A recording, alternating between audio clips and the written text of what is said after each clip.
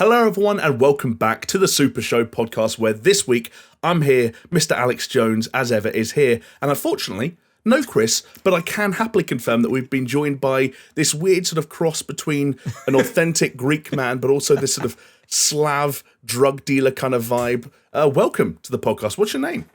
Nico Bellic. So hello. Nico Bellic.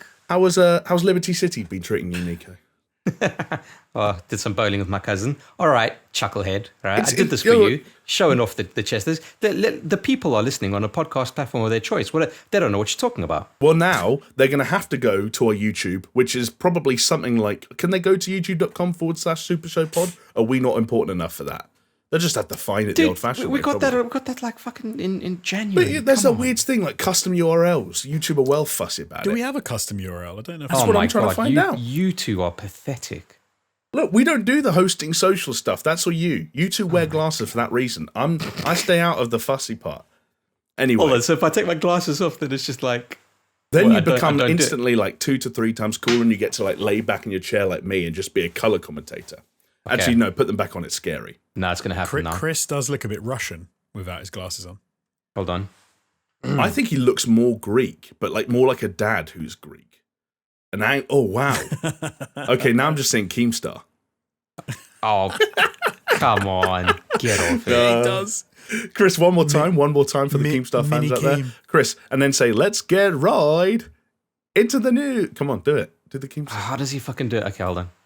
Let's get right into the news. Oh, my mind is blown. My mind is blown. We might actually have the best clickbait thumbname we've ever had for this entire show. Keem, call me. I'll take over, buddy. Don't worry. you take it easy. Just give me the keys to the kingdom. I mean, I'm open to that. I'll turn that ship right around, Jamie, and fucking crash it into the ground. Well, how about for now? Like I've done with 2 channels so far. I was going to say, how about for now we focus on turning this ship around? And one of the ways you can help by doing that, custom URLs or not, is you can go over and watch this video on YouTube, whether you want to see our gorgeous smiling faces or just see Chris's chest hair, which is ever so slightly still on display. I can't guarantee it will be there for the next couple of hours. Listen, fellas, what I'm telling you here is this is how it starts, okay? Because remember last week I said, should I start an OnlyFans? I'm just giving people a taste. Yes. Just giving people a taste. What they, that's the kind of hot, fresh content. Next week the nipple comes out. I don't know. Like, throw some money at me. Okay. Let's see what happens. That's what I'm saying. Keep some for the OnlyFans. Don't give it all away for free on here. No, you've got a good point. You got it. If we had to do something like that as a Patreon tier, like how firefighters sometimes take all their kit off. Nah, like nipples like in the form of like a calendar. What kind of a Patreon tier would that be? Fucking $1 million. Well, hold on. Are we talking like fully nude? Nah, because the firemen don't go fully nude, do they? Nude. Well, it would be nude, but it would be something in front of it. So we'd be like a controller. It'd be like the new controller. I'll tell you like what, the microphone, Yes. I'll take the DualShock 5 that Jonesy buys me and cover my arsehole with it. How about that? Stick it up your arsehole. Well, I didn't say up. Half of it coming out. I didn't say up. That's not how many people want to wake up every day and be like, oh, what month is it? Oh, shit. And it's just me with one of the prongs of a dual sense up my fucking Hold on, arsehole. guys. No chance. Is this a normal Super Show podcast, or is this the After Dark that we have especially for people that pledge to our Patreon? Because that's what people can expect. When you ask me to host, there's absolutely no rules. We can go off not only can we go off the rails right from the beginning, there's also no rule stating that we have to get back on them. People have come to games. Boys, listen, they might not get it. You know me. I'm all about injecting stupidity and moronic tendencies into our podcast. The less we talk about games, the better, quite frankly, because, especially this week, as we'll see, there's fucking nothing going on. It's been kind of dry. Jesus Christ. We were trying to come up with some news stories. We had our little podcast document open before this for about an hour. In fact, for me and Jonesy, over an hour. And we got nothing. That's why I'm showing the chest hair, because, people are going to come for something. You got to give them something, right? Geez. But then again, we've shown in the past our ability to talk about nothing for sometimes too long. So if you allow me to do a little bit of housekeeping, aside from the aforementioned YouTube channel, which you can go and visit, you can watch all our videos, some of which might not even be podcast videos by the time you're listening to. I don't know. The stranger things have happened, right? You can watch them, you can like them, you can head over to our Twitter at SuperShowPod, you can like our tweets, you can retweet them. We probably haven't tweeted for weeks, but Chris, you could cook something up, much more than weeks, months, my dude. Months.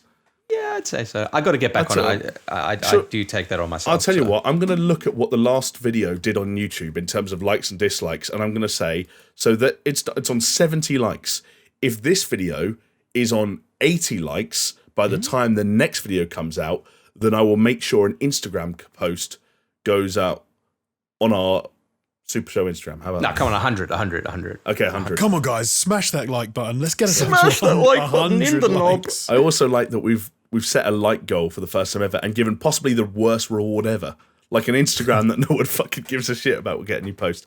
Anyway, the other ways you can support us, I'll be honest, lads, the main way you're keeping us going at the moment is through our Patreon, patreon.com/SuperShow. It is the light at the end of our tunnels, which kind of sounds like we're talking about arseholes again, but you know. Jesus, can we go one podcast without the arsehole talk, Jamie? You made a joke about me sticking a DualSense up there. You've already done that. Jonesy's the clean one. Jonesy's just sitting there kind of... Hey, can I tell you something? I just edited a VO where it's all dick jokes and arsehole jokes. So, mainly from you, the dick jokes and arsehole jokes from Jamie, I'm guessing. Yeah. I don't like how I'm being pigeonholed as the arsehole guy here, to be honest. Hey, if ever I've seen an arsehole. I don't know. I feel like that's a bit harsh. Anyway, if you are supporters on the Patreon, thank you all so much, no matter which tier you're at, how much you're giving us, how often you're giving it to us. Maybe you've also lapsed, in which case you might not be feeding us now, but you fed us in the past, and we appreciate that. But it's eternally grateful. Eternally family. Grateful. It's the fucking the Fast and the Furious. What's it? Dom fucking. What's his surname? Toretto. Yeah, Dom Toretto. You know. Toretto. It's family. Yeah. And once you're in, you can't get out. It's Nico Bellic, buddy. You're my cousin. If you swing me 50 cents once and that's it, you're my cousin. I'll die for you. We'll take the subscription and the respect, because for some people that's more important. Hey, blood in, blood out, fellas. And how about we pay our respects by giving some shout-outs to the patrons that are keeping those lights on at the moment. I'm talking about Aaron Cameron, Athletic Gravy, Brett Zerbrig, a.k.a. Shellshock. Was I running out of breath or was I putting emphasis on it? That's for you to decide. Freddie K. Official, Hacksaw Bookery, Jesper Cam Dahl Nielsen, Joe Velacujo, Leo Merger. It's Jesper. Jesper Cam Dahl Nielsen. He's going to set a record for the name that's read the most times per video. I'm going to have to do the other ones again now because these names flow.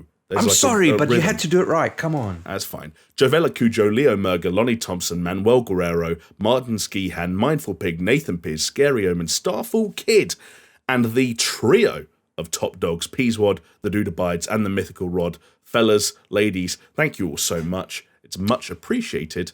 Hopefully, you can accept this podcast as a form of non-monetary repayment. I guess you derive some kind of enjoyment from this, I hope. And that's what we're I like to think that as they're driving in their cars or walking their dogs or doing something mind-numbing, we can kind of, just take the edge off ever so slightly by them listening to the podcast. I hope so too. I like to think, sorry, Jamie, I like to think that the service that we offer here is to make people feel smarter than us, make them feel good about their lives. That they're not just three dudes in their fucking bedrooms. It's almost like the misery loves company, but it's almost one step further. They know that we're slightly worse off than they are. Dude, and you can feel as shit as you want to feel, and if you see someone that's like on a lower peg than you, you'll be like, you know what, I'm fine. And that's the service that we provide. Bad. You're welcome. Is the Super Show poverty porn? Is that what we're setting right now? Pity porn. Channel 4 are going to put us on. Or is it Channel 4 or ITV? It's going to be one of those like Benefit Street style programs. Yeah, it's pity porn is what it is. I like to call it. So my wife always watches fucking pity porn. And it's like, what are you doing? It's like, oh, but this woman's got cancer and her baby just died. And it's like, fuck it. Just why are you watching it? It's ridiculous. 100%. Yeah. What's that got to do with how bad a singer she is? She literally can't dance. She's got no legs. I don't care if she's got cancer. That's why I had to stop watching those Got Talent things. Why do they do that in the talent show thing? If there's like, what's your talent? Singing. Oh, okay, great. Hold on, let me just tell you my sob story. It's like, what's that got to do with how well you sing? Because you've got to connect to the audience, Jonesy. But that doesn't connect to the audience because one episode you get to talk about the fact that your head fell off, right? And that's why people should feel sorry for you. And that's why singing is hard for you. And you're like, yeah, I get that. Your head fell off, your singing's hard. But then they sing it, everyone feels sorry for them, they get through. And then the next time the show comes on, everyone's forgotten the sub story. And then she's like, oh, but my head fell off. And I was like, yeah, we heard that one already. And she sings, and you rubbish, get off. Like, I don't get it. No, it is weird with the sub story. That's why I don't watch talent shows. I watch MasterChef, which I've been doing a lot more of lately. So Chris, they tell the shit out of sob stories on MasterChef. And you know I was going to ask. Literally, half those meals are seasoned with tears. Yeah, that's true. Especially I think there's like 4 episodes left before we get a winner, which happens on Monday. Looking forward to it. But yeah, I just fucking love it. I was thinking about it because sorry. No, go on, Jesse. I was going to say there's a really sweet clip, and I want to say it's from MasterChef Australia, which is I think the one you said you watched. That's the best one, dude. But it's from years ago, right? But it's where one of the contestants, she's trying to open a jar and she's like running under the tap, trying to open it. She puts the tea towel, she can't do it. And then she runs to the audience, gives it to her dad, and her dad undoes it and gives it back. And she's like, it's like the dad saved the day by undoing the jar. I love that. It's even better than that, Jones. It wasn't the dad. It was the other contestants. No, it was the dad. There's one where it's the dad. She runs to the audience and she hands. I thought it was the contestants. But anyway, I know the clip, so maybe I'm going to get it wrong. Must be a different clip. Yeah, you know what? Like MasterChef Australia is great, dude, because like there's 60 episodes in a fucking season. It just if you are stuck at home on COVID and you got nothing to fucking do, just fucking climb on in. You know, another guilty television pleasure. I'm going down the TV route because there's not much game talk, right? Yeah. Other thing that's a guilty pleasure, and I haven't watched it since I left South Africa actually, because they don't really show it yet. But Survivor. Okay, this is the one where they're on an island. They're on an island. Survive? Prize pool is like $1 million or something, and is it the one where they're naked or not that one? No, that's Naked and Afraid, which is also a great show. You can tell I like trash TV. Yeah, well, you spend a lot of time, I'm guessing, sat where we're looking at you sat right now on the couch. It's where the magic happens, baby. Just enjoying life. You probably have worn that exact outfit all day with that zip down to the exact point it is. Like you had to clean up bits of your lunch as it got caught in your chest there, I'm guessing. Yeah. His wife walks in the room and he's wearing the headphones as well. She just looks at him and goes, "Oh God," and just leaves the room again. Yeah, probably. I'll come back in an hour. Chris has to do the Uncle Buck thing, which is when he knows the wife is coming home, he just grabs the Hoover and starts hoovering his but then I do the risky take and just start moving it down. Oh, wow. I was thinking more like you get a brush and just start brushing the chest hair. All right, but listen, guys. Okay, listen. It's not all about television because I did play some games this week. Nothing like overly interesting to talk about. Okay, but I did play some more Mafia, Squirrel Gaming that one away, and I played some more Super Mario Galaxy on stream. It was a return to form, and I really enjoyed myself. I've been feeling a little bit down past couple of weeks, and that's kind of lifted me up. I caught a bit of your stream, and it did look interesting. I've never played the game, and I do want to play some. So yeah, I was appreciating you got to get being on able to vicariously play it through you. You've held off 3D All Stars so far, haven't you, Jonesy? I have. Yeah, that'll be why. I think so, Chris. I'm going to level with you. I haven't played Super Mario 64 in so long. I think I'm going to jump straight to Galaxy soon, in all likelihood. I just went straight to Galaxy. I didn't buy that for any of the other games. I just bought it for Galaxy. But do you think you're going to go back to the old ones? Because I feel like those are the ones we need to see you play because you haven't played them. Yeah, I know. I'd definitely like to do Sunshine. But the challenge here is I need to, if I'm trying to like increase viewership on Twitch, which is what we should all be trying to do, right? Because everybody benefits. Even the people that kind of watch us now. I haven't streamed in like 4 weeks, There's more. Hey, what? I haven't streamed in like 4 weeks. Yeah, I know. You've got to get on it. But you got to play some like. There's 2 ways, right? It's either you go, oh, I'm going to be a COD streamer and that's all I'm going to fucking stream, or I'm going to be a variety streamer and stream a bunch of stuff. And I kind of want.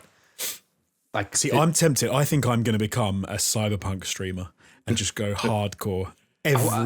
Every other day stream Cyberpunk. I wanted to ask you, Jonesy, because I was thinking of myself, like, would I stream Cyberpunk? And I think that's there's certain games that I don't want to stream because I just want to experience it myself. Right. As selfish as that is. And Cyberpunk is one of them, but I don't know, maybe. I like the idea. I would love just like I would love to watch side you play quests Cyberpunk. and random things and just driving cars around, because I'm terrible with open world games at just doing everything but the main story. But I like the idea that you could just hop in really regularly and just stream it and be like, we're back again in the what, and everyone knows that that's all you're doing every week or every other day or something. You're just hitting Cyberpunk. Well, you know what I'd like to see from you, Jonesy? I'd like to see an RP playthrough of Cyberpunk. Oh, jeez. Or of anything, to be honest. I just want to see Jonesy. We got to do a GTA 5 RP for sure. That sounds deadly. What, where all three of us are police officers or something? You know what the best thing is? I can see the cogs turning on Jonesy in Jonesy's head, and he's like, what the fuck is RP? I can see I Jonesy's... assume you meant like role playing. Do you mean role playing? Yes, role playing. Hell yeah. Where you are, as your stream, you are Officer fucking Leroy or whatever, you know? Oh, no, I was thinking you meant something like as being... like a punk, like trying to be like a little like idiot punk sitting and playing Cyberpunk, going, "Fuck you, cops!" I feel like it's better with multiplayer games because then you get a whole server of people, and a lot of these servers have super hardcore rules about what isn't role playing, and what happens if you break role playing, and all this stuff. So it's kind of an intense world. I've always preferred watching it from the perspective of someone who kind of is doing it for fun and doesn't take it too seriously. I can't watch streams of people who are super invested in it.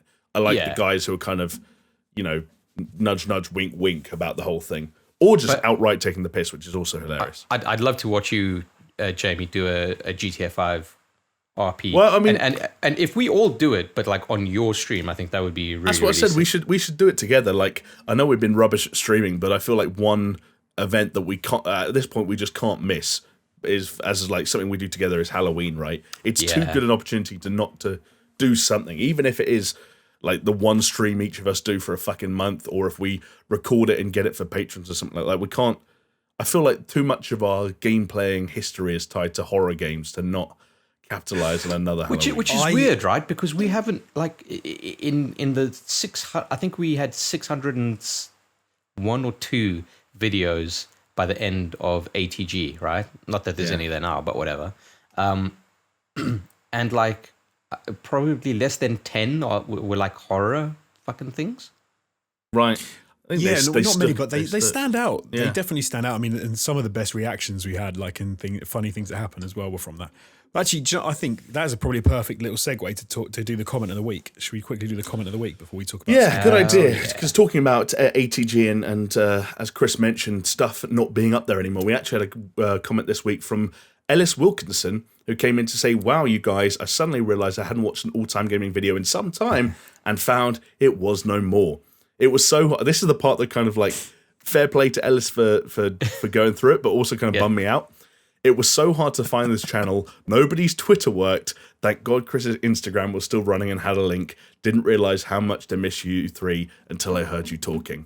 Which, well, first of all, Ellis, thank you very much, not only for your commitment to finding us after all these years and for going through such a back alley route to get there through Chris's Instagram. And I guess also sorry that...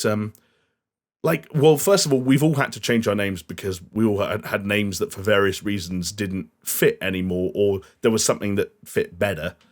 But it's just a reminder, I guess, that even if you don't have that many people on a social media following or whatever, a lot of people still want to, like, you can still be found through that stuff, through the power of the internet. Yeah. Yes. Yeah, I actually looked up all-time gaming the other day, and I was trying to find like random sites that weren't created by us or anything to do with us.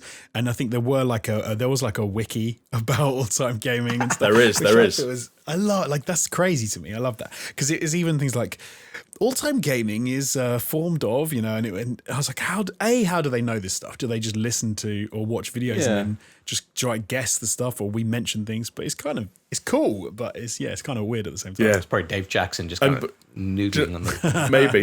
But the thing is, I'm looking at it now, and in the YouTube information, our status is inactive (retired), which I love.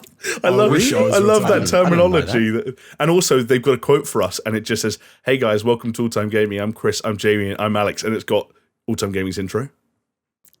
I hope that can we add quote marks around the retired, as in they retired us, as opposed to we are retired. Forced retirement. Fucking hell. Forced retirement. I might go on and edit our wiki, because you can do that, right? Especially because who's going to look at that and correct you back? You know, like it is what it is. Chris, most notable for being in the 2012 Olympic Games. Fucking hell, here we go. No, the Paralympics. Paralympic Games, get it right. Fucking dill holes. See, Chris, you do have a sob story for when you're a master chef. And yeah, I was the first able-bodied person to... Was that what we said? Wasn't it just a joke about being short, like we were saying about being... I think it was something like that, wasn't it? Dude, all like, I know is that you said that because it was one time I wasn't on a 6 list, one of the times that I wasn't on a 6 list, and you guys were like, oh yeah, Chris is not here because he's competing in the Paralympics, wish him luck. And everyone was like, good luck, Chris, I didn't realise, blah, blah. It's like... No, if I remember right, it was a joke about like you. Yeah, it was a mean joke about Chris being short, which he's not even that short.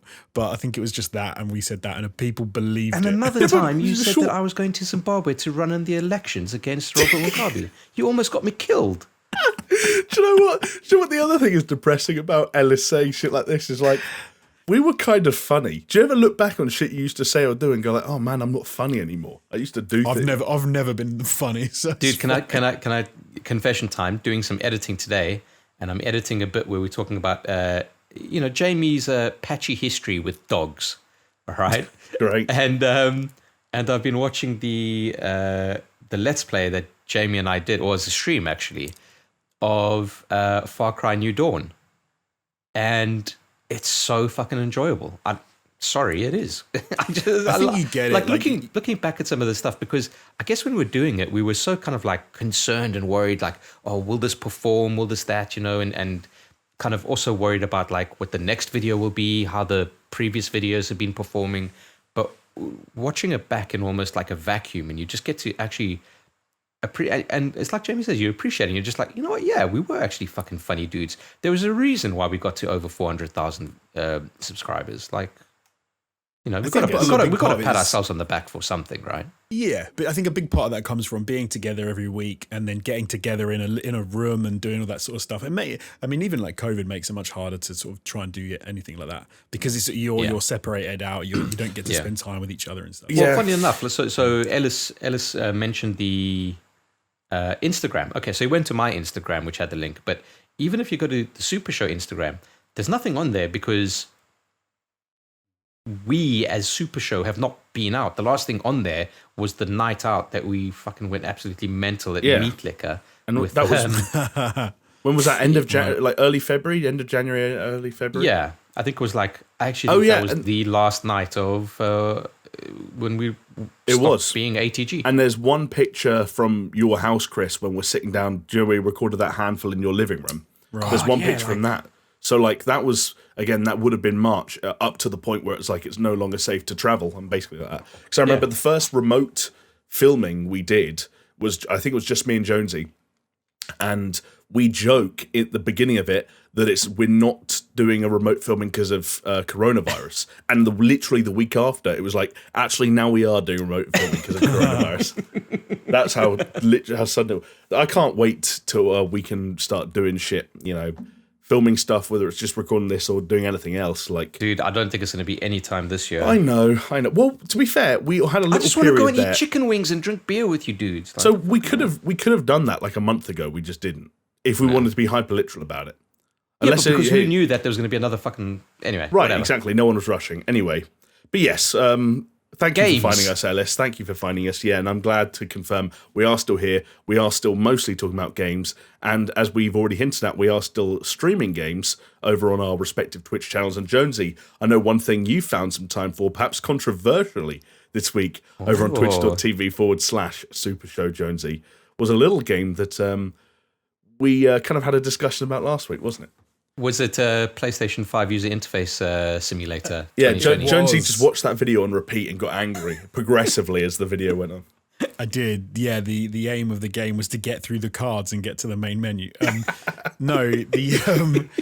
So we obviously had a discussion about Hades, and I sort of said about how, and to some people on our Patreon were like, oh, this is crazy, you know, this is my favorite sort of games, which is completely fair enough, but how I am not much of a roguelike player, and I've played some, but I never really get into them.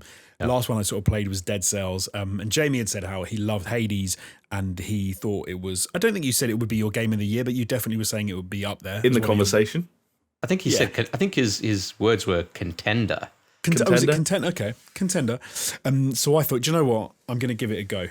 So I did. So I played some, I streamed some. I think I've probably played it for about 4 hours or 5 hours by this point. Yeah, a decent chunk. Yeah, so and it's good. Like, it is good. It's a very enjoyable game. I like the There's I like a the art big style. butt coming. It's not. There's not. Do you know what? There's not a big butt. I like the art style. I like the writing. A lot of the stuff Jamie said that he enjoyed about it, I found very cool. So I think you pointed out the dialogue, Jamie, that they've got like hundreds of thousands of lines of dialogue. Yeah, which is, you kind of get, like, you need it because you're going to go back to, so you die obviously a lot and go back to the I don't know what they call it, the hall of like where you first come back to life in. And you're speaking to a lot of the same people, and every time you die, they obviously have to talk to you again, so they need a lot of dialogue. Imagine, do you know what, in this, for a roguelike, they did a lot of little things that actually made it easier to get on board with. For me, like, they had, so the first boss that you fight is called Meg, but then after you beat her a couple of times, you then don't face her, you face one of her sisters, and you then face multiple versions of the sisters, so they're all the same as Meg basically, but they're different coloured, and they kind of have different specials. So they did a few nice little touches, or put a few nice little touches in the game for people like me, it almost feels like, who don't really want to replay the same thing just again and again and again in a slightly different layout or whatever. But I enjoyed it. Hey man, I thought it was good. But there is a little but. Inevitable. I still, like, so I got to a point where I fought Hades himself. Like, I got to this point where you fight him. Okay. But I don't think it was very far. I think it was almost like you fight him and then you go all the way back again because you unlock some more stuff. You've made it further than me, I'll put it that much. I'll say that much. Oh, okay. So I think he's like I guess he's the fourth boss, something like that. Yeah. I died to Theseus and the Minotaur like 4 times.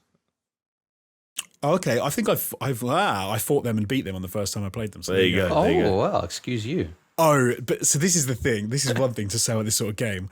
If you get the right mix of boons, which is what they call the power-ups in this, you are laughing. So, and I have not had the same mix again so I did a run where one of the boons I had gave me half health, but every time I hit someone with attack, I regained 2 health. Right, yeah. So I couldn't quite do it like toe-to-toe style where they hit me, I hit them, they hit, because I would have died, but I could sneak in, hit them loads, get my health back. It was incredible. Okay. And I haven't been to that point again. Like, I haven't got that as a boost since. But I enjoyed it. I liked it. I thought the writing was cool. The combat is very fun. And I am starting to get the sense of leveling up, powering up my character. My character is starting to feel cool. And he's got so much more health. He's got so many more abilities, and everything feels better. So are you It is getting repetitive it? though, man. I do get it, but it is still very repetitive. But I'm kind of getting to the point now where I can. Usually with games, you're scared of death, but I'm getting to the point now where I can say, well, I'm going to do a quick run. I'm going to preference this sort of unlock, this sort of thing, because I need more keys. So I'm going to go heavy on keys, and then I'll be able to unlock this thing. Okay. And then it doesn't matter if I die. Like the other day, I got killed on purpose because I was like, I need to just do that, quickly get that, and then I've got time. I've got to go out, so I let them kill me, and then I quickly went back to the main thing, unlocked what I needed to. It's cool. It's good. That's the joy of roguelikes, dude. Yeah. But to put it in a contender for the game of the year, like, still blows my mind. Well, here's the other thing. Still blows my mind. I know the landscape's going to change in the next month, but genuine question: what are your game of the year contenders at the moment? Because I don't have many. Yeah. I guess to be sure, mine are all like Miles Morales, Cyberpunk. They're all prospective games that I haven't played. Yeah, but okay. Right. So at this point, what would your go-to be? I don't even remember what fucking games came out. Do you want me to throw some games out there? Some names. According to I almost called it Retacritic. Where does it even come from? Metacritic. Persona 5 Royal, which none of us have played. So ignoring that, it goes, this is in order, descending. The Last of Us Part 2, Hades, Half-Life Alyx, Ori and the Will of the Wisp, Hades again, Flight Simulator, Spelunky 2, Crusader Kings 3, F1 2020, Animal Crossing, Yakuza 0, well, the Xbox One port of Yakuza 0. Yeah. Tony Hawk's Pro Skater 1 and 2, Doom Eternal. I mean, come on, man. I mean, Final Fantasy 7 Remake. Doom Eternal and Last of Us Part 2 came out this year. Like, immediately, the idea that I would give... Hades is fun. The idea that I would consider it even anywhere near those two is ludicrous. Risk of Rain 2 technically came out this year, Chris. Yeah, but I mean, I've been playing it for longer, so I wouldn't count it myself. But do you know what we can do, though? Is that, and we do the podcast for this, is while I think last year was the year we did Game of the Decade conversations, if I'm not mistaken. Yeah. This year is a year we can do Game of the Generation. So get that content ready. Yeah, big. Hey, like I said, I want to do some 6 lists at the end of the year. Let's fucking go. Yeah. Best games of the year, best games of the generation, worst games of the year. Let's fucking go. Yeah. And if you want to see that happen, maybe go visit our Patreon. Just gonna, maybe slide that one under the door. Oh yeah. Well, but yeah, I even with The Last of Us Part 2, and even with Doom Eternal, and even with like the Mafia remake, which I think I enjoyed the Mafia remake the most, and I think I enjoyed. And Ghost wasn't in there either. Ghost of Tsushima, which I do like an awful lot. Yeah, I haven't played that. But then the other contender for me would be like Half-Life Alyx. But then again, you take the VR gimmick out of it, and you take the fact that it's an actual Half-Life game. The actual gameplay of it, I don't necessarily think is like super groundbreaking or anything like that, right? Yeah, I could get what you mean by that. I haven't finished it, so... No, I haven't either. Yeah. I feel like with VR, the conversation becomes more about groundbreaking interactions rather than groundbreaking gameplay, because gameplay is still like with your hands. But here's a question for you, right? Because even though it is kind of groundbreaking, it's like, you can interact with pretty much anything in the environment, and you can pick up cigarettes and smoke them, and you can wear a hard hat or whatever. But it's almost like that's the stuff that I, as a gamer, would expect from VR. And if I expect it and a game delivers it, that doesn't necessarily, in my eyes, mean that they've fucking gone above and beyond and presented something that I've never fucking thought. Do you get what I'm saying? I get what you're saying. Like Half-Life Alyx was the killer app for VR that came out like 3 or 4 years too late in some respects. Yeah.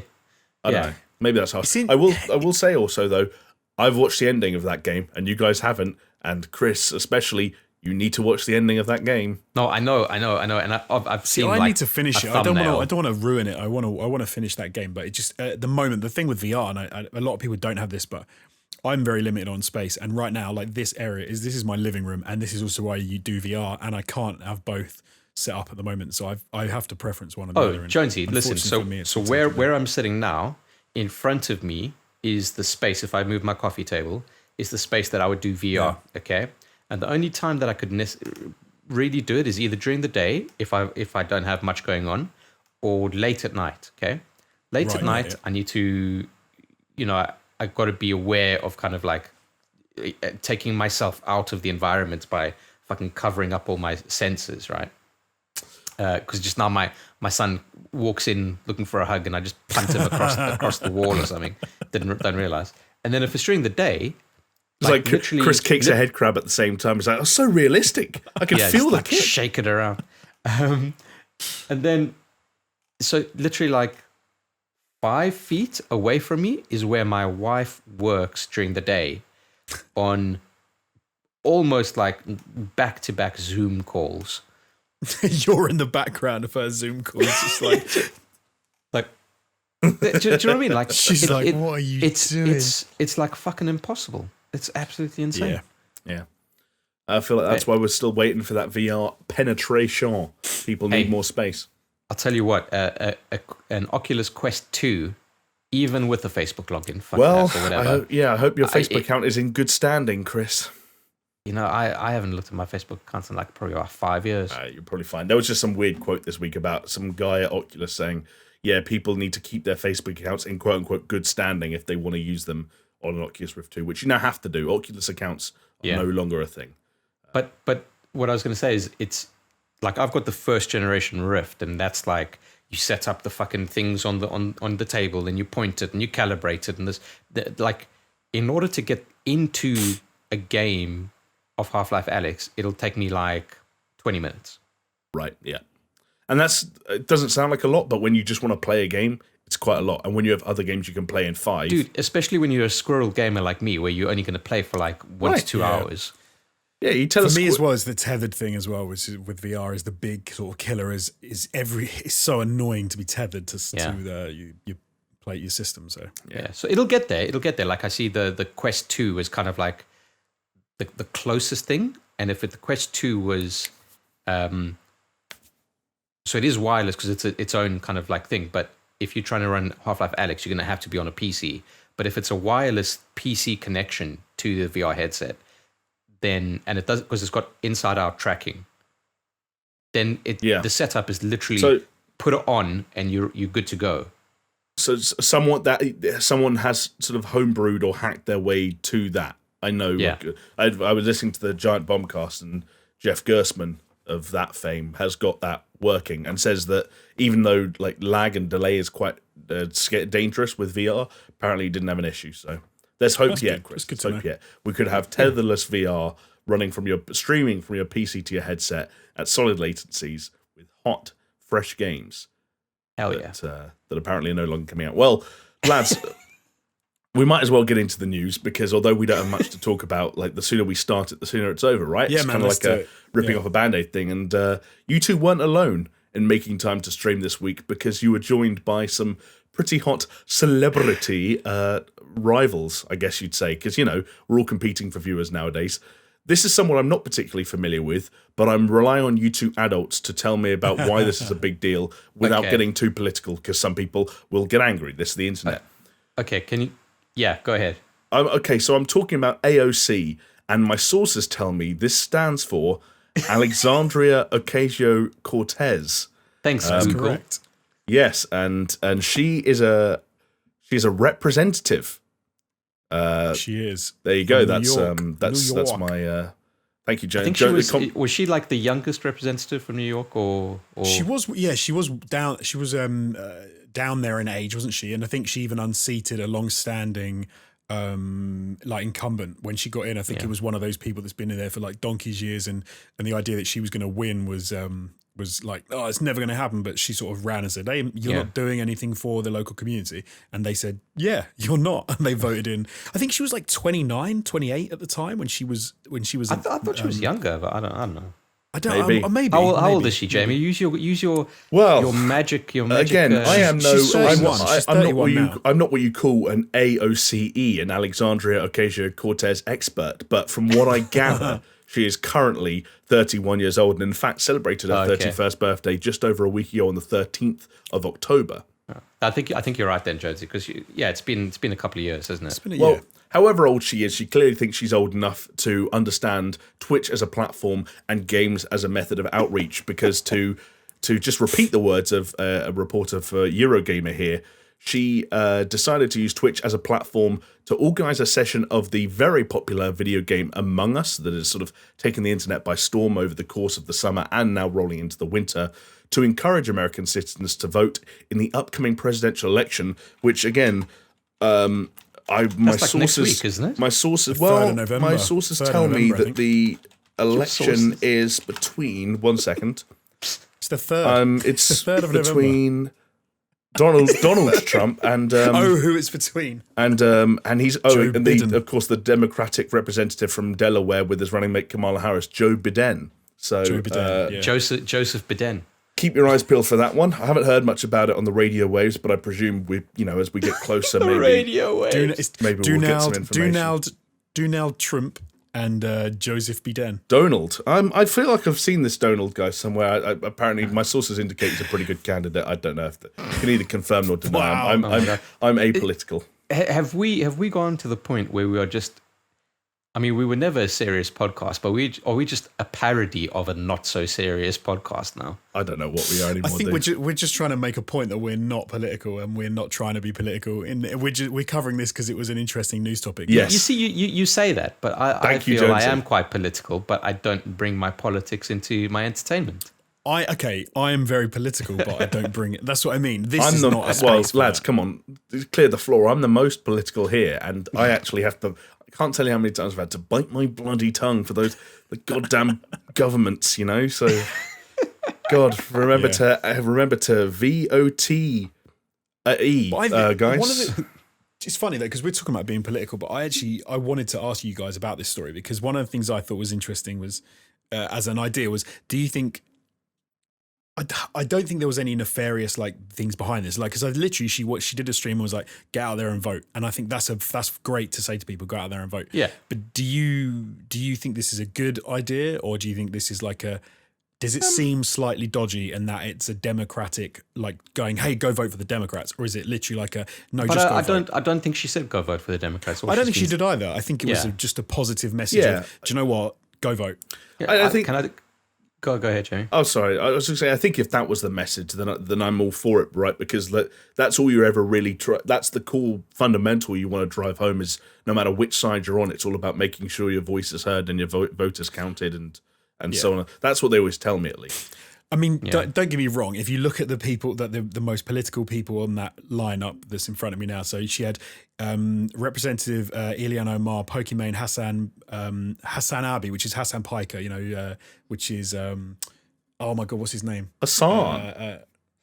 Cenk Uyghur's nephew of Young Turks fame. See, that's a reference that only you and I'm going to guess, like, maybe no more than 10% of the people listening understand. But that's Jonesy's. But yeah, I'm glad you brought up Pokimane, the Republican representative of. Sorry, I read him in order, not Pokimane, obviously, but no, Ilhan Omar is obviously a representative of the Democrats, and Hassan Piker's a very progressive left wing dude. Like, so they obviously had that, but I think the message of get out there and vote is a good thing, and she smashed it, like 435,000 peak views and 5.2 million total views is incredible. Listen, she is a charismatic person, and I think the whole point of doing a live stream playing Among Us on Twitch is, you know, she's going after the demographic that is effectively her and younger. And I think a problem that not just the States has, but a lot of countries have, whereby the younger population just simply don't vote. They don't get involved. And I think it's a decent thing. I think it's fine. And hey, you know what? It's like, she's still playing the fucking game. It's still right. It's Twitch gaming. She's better than me at Among Us. I'm not gonna. I've played Among Us once, or like one session. I played a few games, and I was shocking. And she did a lot better than I did. Yeah, I mean, that's all this shit ever is, right? It's like, it's tactics. You're trying to, no matter where you're going or what you're doing, you're trying to find that audience, and the easiest way to connect with an audience is to try and do it over some sort of shared ground. And even like Jonesy mentioning the people she got in. Obviously, Jonesy can vouch for the politics of someone like Hassan, but like, you look at people like Pokimane and Dr. Lupo and Jacksepticeye, like Pokimane's not voting for Donald Trump. You know, like, so when AOC comes in and all these people's fan base, well, okay, no one ever really knows, because I'd be surprised. Aren't they? This one thing I always think's funny about this. So she's got a whole load of very, very wealthy young people on who. This is the weird thing. Like when Cardi B did that stream with Joe Biden, I get why they are like progressive Democrats, whatever. But at the same time, you've got to wonder about who they're ticking the box for on the day, because someone says to them, by the way, you realize that you're going to pay less taxes under this guy. And they're like, I'm a multi-millionaire. I'm going to vote for that dude. Yes, I do wonder how there's a reason why people like 50 Cent and Ice Cube are like Trump people. Oh, no, dude, that was a Photoshop. No, but I think they are actually. I think 50 Cent is, but 50 Cent's doing it for tax reasons, isn't he? Like, he heard about Biden's tax plans. He was like, fuck this guy, I'm out. They're all doing it for tax reasons. You tell me otherwise. Just do what all the other celebrities do and move to Texas. Get over yourself. Like, I that's the thing. I meant the tax, purely the tax thing. I wouldn't be surprised if half the YouTubers who are like making a mint voted that way purely of tax for tax. You see, I'm just going to vote for anyone that gives me a fucking universal basic income, because I'm going to need it very soon. So yeah, that's what we need to stream. Yeah. And hey, do you know what? If we were American, AOC would be our girl if we wanted something like that. Yeah. She seems to be down that route, doesn't she? It's funny because you mentioned if we were American. I'm trying to apply this to British politics and think of one like high-profile British politician that could do this and it not be a complete and utter shit show. And I don't know who it would be. Like every single thing would be an absolute house fire of a stream, wouldn't it? Yeah. Like on both sides. Yeah, exactly. It's on both sides. Like whose stream wouldn't be? Do you know what? Do you know who I would love to watch play Among Us on a Twitch live stream? Would be Boris Johnson. See, Boris would be the most entertaining, but for all the wrong reasons. I don't know. Yeah, it'd be terrible. I think it'd be a complete. Well, we all remember a time in our lives when Boris Johnson was just the mayor of London, and you could laugh at him, and now you can still laugh at him, dude. Well, you can, but it's less funny. You know. Because it's more serious now. Because fucking hell. I don't even know who you could have. Like, yeah, you're right. I can't think of any. Like, imagine if old Rishi was like, Tulip Sadiq. Shout out Tulip. Tulip. I don't even know who that is. Sadiq Khan. No, not Sadiq. Get him involved. But can you imagine like Michael Gove playing The Last of Us Part 2? I feel like now, if we didn't lose anyone with the American chit chat, we're losing everyone else now with the British. Let's move on, boys. Let's move on. So we move on to. Congratulations to AOC for smashing it. I think she was in like the top 20 of like all time watched fucking things. We're struggling to find the stats. Like I can find there's a website called Twitch Tracker that can confirm that she would easily be in the top 20. But there's also I could have sworn that I read an article that said like that stream was the 5th most. So watched. My understanding looking at this is that if you looked at the people on this list who were individuals rather than corporations, right? And I mean that in a loose sense. Like Ninja probably trademarked his fucking name, but I'm still looking at him as a person. Yeah. Then he would be up. Then that she would be in that kind of a ballpark. But as it is, like, the top spots it's like PlayStation's official Twitch account and Riot's official Twitch account. Yeah. It's like Ninja and Drake's stream is very high up there. Shroud's comeback stream and stuff like that. They're all very high, and she's not far off. And I guess the other person you have to congratulate through this is the Among Us devs, who just continue to keep that train rolling. Yeah, man. They've cancelled their sequel, right? And they're just putting everything into this. And Do you remember when everyone was all about Fall Guys? Yeah. Yes. And I said it won't last, and you guys were like, "Yeah, you're full of rubbish. It will last," and it didn't. Excuse me. I was the person that said it was basically dead on arrival. You two were both in the same. I was the one who was wrong. But admit to me that the peak at the graph was higher than you thought it would reach. It was much higher than I thought it would go. Even now, it's still fucking doing gangbusters. So, Yeah, to be fair to you, it did much more than I thought it would. But yeah, no one would have thought that some kind of like a fucking Flash game from 2 years ago would just be fucking king of the hill, right? Yeah, I can't wait till we get the stats out of there about the financials and how much money they've made. I hope they're absolutely raking it in. Anyway, from a story that had lots of potential sort of bones to pick at, even political ones, to one that is literally just us talking about a picture. So bare bones. I guess you could say, Chris, I see the segue you did there. It is a bare bones news story, exactly. But it is still kind of interesting. Hold on. Bare bones. See, I can tell it's nighttime because it's much noisier than it used to be when you zoom in. Getting grainy now. Yeah. There you go. I am, of course, talking about the picture that has been released of Tom Holland, that is actor Tom Holland of Spider-Man fame, in full costume and on set for the upcoming Uncharted movie where he is playing the protagonist, Nathan Drake. And although it is just one picture, it has already drawn a lot of conversation, some positive, some negative. Jonesy, I feel like seeing as you've already tweeted about this, and it was one of the first things you brought up when we started chatting earlier. Hold on, can I quickly interject? People should really follow Jonesy on Twitter, because Jonesy's Twitter is like almost like angry dad Twitter. It's great. What? Why? I don't do angry dad stuff. Yeah. It's like, my Branston pickle was off in Tesco's. You need to fix this. Do you know what? Tesco's, you need to fix this. I don't think Jonesy would actually say that, but that is very dad. Yeah. I do have a bit of a random. I like randomly just shotgun Twitter with random things, and then I don't go on it for like 2 days. So yeah, just randomly. Sometimes I'll like go to Chris and I'll be like, "Is Jonesy all right?" And then Chris will be like, "What?" It's like he's tweeted 17 times in the last 12 hours. Yeah. It's because sometimes I'm just like, I haven't tweeted for ages, and then I like find something online, and you go down a bit of a hole, and you go, oh, I'm going to tweet about that. I'm going to say that. I'm going to mention that. But Especially when you see the funny thing is that you author your tweets, whereas I kind of do a similar thing, but I just fucking retweet everything. It's like, yeah, take that, internet. I'm not a big fan of retweeting stuff purely because I almost feel like if I'm retweeting it, I don't know, I'm like, what am I adding? Unless I've got a comment or something to make. You know, because you often comment on retweets, though, don't you? You don't just retweet stuff. I usually just put a GIF, dude. Easiest thing.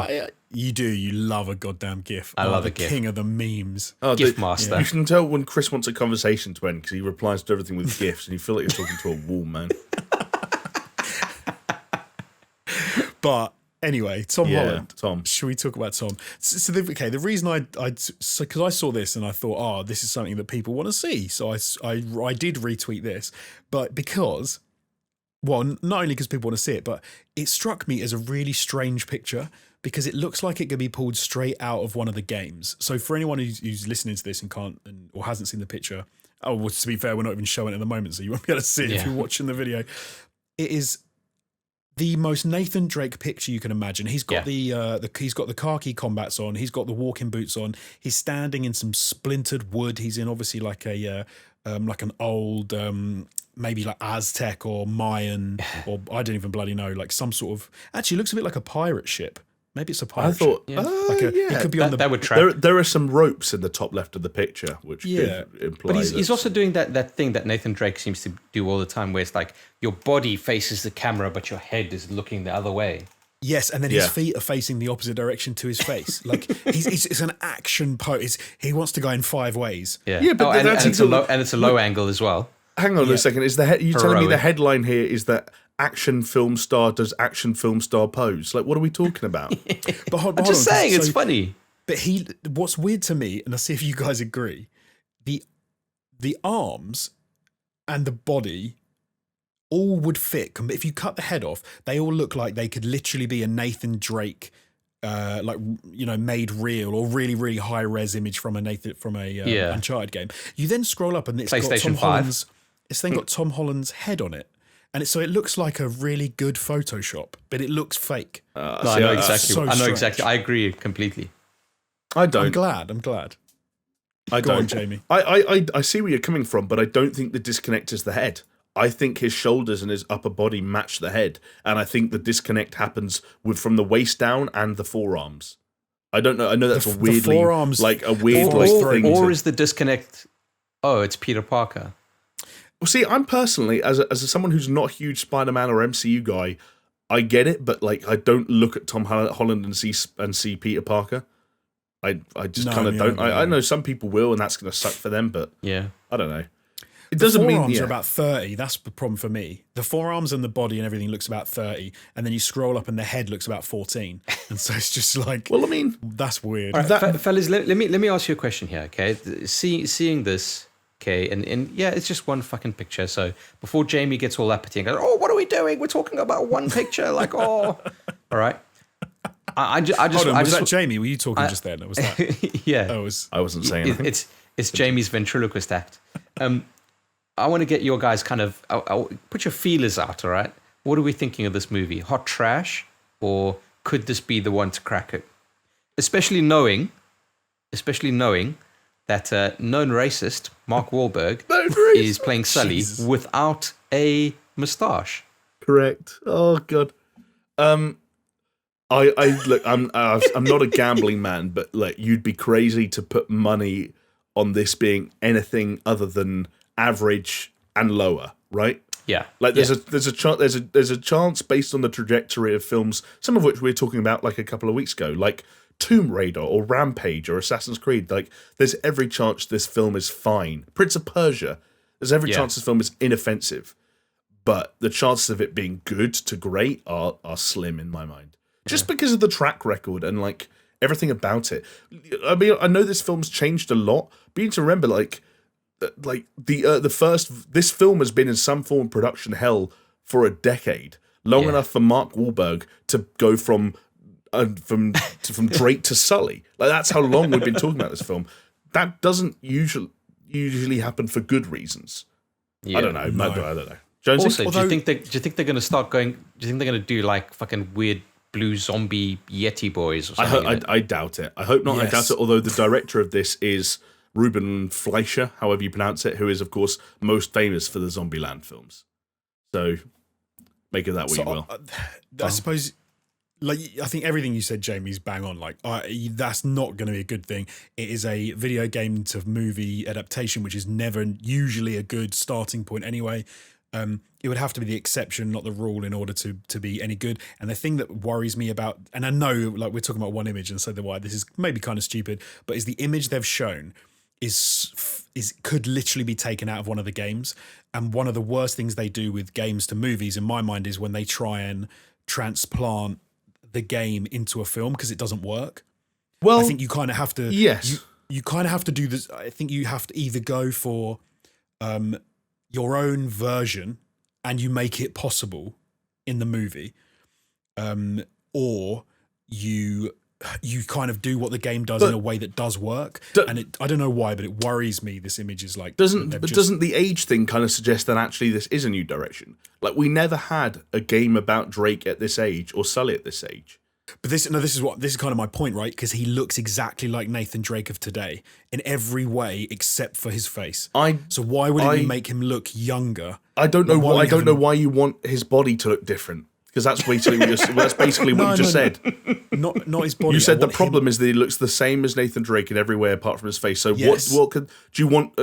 Is this like some progressive, like healthier every size? We want our fat Nathan Drake kind of. No. So let's take another character, Indiana Jones, right? If you had something which was called Tom Holland's going to be young Indiana Jones, and they showed you a picture, and it looked like a Harrison Ford Indiana Jones movie image just with Tom Holland's face. They did do a young Indiana Jones. Weren't they grooming Shia to be young Indiana Jones? And he that was the rumor. Yeah. But I could have sworn there was a TV show like there was a TV show before anyway. I think there was. Well, and River Phoenix obviously played young Indiana Jones at the beginning of Last Crusade as well. Yeah. But if you take a character like that and you go, we're doing a young version, and then you literally just put them into exactly the same as the old version, situation, clothes, everything, then to me it's like you're just putting a young actor in. You're not actually making it young Nathan Drake. So this is what I'm going to do. Fuck it, I don't care. I'm going to do what Chris said I was going to do. You're looking at a picture where he's wearing some Nathan Drake-esque clothes, and you're saying, they've made him too similar to Nathan Drake when he's playing Nathan Drake. But he's playing Nathan. But Nathan Drake young shouldn't be the same as Nathan Drake. But he's playing. Old. Tom Holland's 25. Like, how old was Nathan Drake in the first Uncharted? Like, he could be 30. Fine. Great. Yeah. So probably, what? Yeah. So what? I've worn the same shirt. Well, I personally haven't worn the same shirts for any significant period of my life for various reasons. But you guys have probably earned shirts for 5 years of your adult life. Jamie, can I tell you something very interesting, very telling? Yeah. You know, back when you said we had filmed some of the podcast at my house. Yeah. You were wearing the exact same hoodie. Oh, good. So and you wear this hoodie every single week. Well, it's my main hoodie. My other one's on the floor down here. Shall I get it? Yeah, show us the hoodie. I like that Jamie main. You guys aren't going to like the color. Oh, is that like khaki green? Yeah, it's khaki green. It looks more like grey on my camera for some reason. Do you know what? Green. It would totally look okay if Tom Holland was wearing that in this picture. It would fit. Jamie, please wear that next week. And I've got another black hoodie. I've got a black hoodie with a zip. Stretch goal. Get Jamie some colourful hoodies. The only reason is because I don't like what my tits look like when I sit in this chair with a t-shirt on. So this kind of covers it up. I remember. Sorry, just to diverge. And Jamie, you might not like this, but I remember when we used to film, and you used to say, "What do my tits look like? What are they doing?" I think I would get like a tit check, wouldn't I? Like tit check. Yeah. And I'd go to Roche behind the camera like tit check. I need to make sure. But because what you don't want, if this is too graphic for anyone, I apologise. You don't want anything. So if I'm bolt upright, like they don't fold over themselves, if that makes sense. But if I slouch, they start to. And you don't want to slouch and have any fabric caught underneath, because then it's like, I don't know, it looks like you're wearing a fat suit. So, sorry, I snorted there. That was funny. You just have to be careful. I recommend it to anyone. Get a tit check. Get someone you trust. Yeah. You can hashtag tit check. Tit check. Well, Jonesy, I guess when it comes to Nathan, we're just gonna have to wait and see. But then, by the same token, I want to see. I just wanted to see something different. I wanted to see a young Nathan Drake that made me think oh, this is an interesting different direction. See, that's interesting. And I'm not sure what I would get from this movie because it's young Nathan Drake. But to show me a picture that looks like it could be out of any Nathan Drake game, just with Tom Holland's face in, makes me go, so this isn't young Nathan Drake. This is just Nathan Drake. They've just cast a young actor. Does that make sense? Yeah, it does. But I wonder, and Chris, I don't know, you might have to be the devil's advocate on this one, or just the third party. I wonder if Jonesy, in wanting that, is in the minority, and that actually Tom Holland being so young is one of the studio's main fears around fans' reception of this, and so they're trying to bridge the gap as best they can between how young Tom Holland actually is and what Nathan Drake. Boys, listen, you're going to an Uncharted film. You want Nathan Drake as you know Nathan Drake. You don't want Nathan Drake not acting or behaving or being the Nathan Drake that you know, even if it's a developmental thing where at the start he isn't and at the end he is. You're going to an Uncharted movie. I could get down with that. I could get down for that. Like he starts out as this young guy and becomes Nathan Nathan would Drake. be in the minority because people want if you're paying money and you're saying I want an Uncharted film, you want an Uncharted film. You don't want an Uncharted prequel film per se. Yeah, right. Isn't that always the problem? Though, is people think they want that, then they see what that looks like, and they're like, "This is terrible." Oh, dude, yeah. People are the worst in terms of what they want and what they should get. But just clip that. People are the worst. On the flip side of that, you got to think of the other side of the coin, and this is the more worrying aspect, which is studios are only in it for the money, and Tom Holland is a bankable name. That's why he's in there. Right. Right. Yeah, sure. Yes. And instead of saying like okay, say what you want about like the sequel trilogy of Star Wars films, right? What they did is they followed that original Star Wars formula of getting these like younger actors who are not necessarily bankable, right? And building them up that way. That's not what's happening here at all. This is like we're taking Spider-Man for the demographic that we want to get. We are getting Peter Parker and putting him in the game adaptation film that they want to see. That's a financial decision. Yeah. Maybe this. But it seems odd to me to do that this way around. When you like Spider-Man, you know who Spider-Man is. Nathan Drake. No one knows who Nathan Drake is outside of PlayStation sort of, and then wider gaming people, because it's a PlayStation exclusive. All the more reason to just go with the most bankable star you can get, because the vast majority of cinema goers might not care.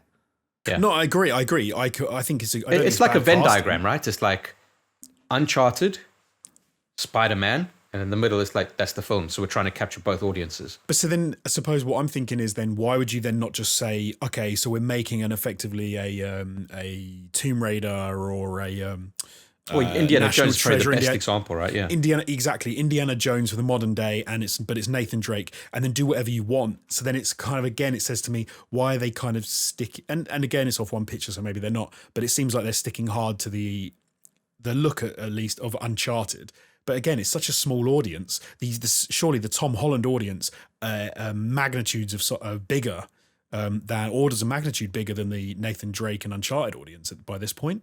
So in a sense, you could kind of do whatever you wanted. But then, so if they make a shitty adaptation, it's going to be a bit weird. But then you're getting into that weird thing of studios in Hollywood, right? Where Tom Holland makes Sony movies.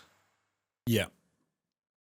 Sony, PlayStation, Uncharted, Spider-Man. It's all kind of like intertwined. And Sony Pictures are like, we got Tom Holland. He's our most bankable kind of face at the moment. So let's just put him in this. Yeah.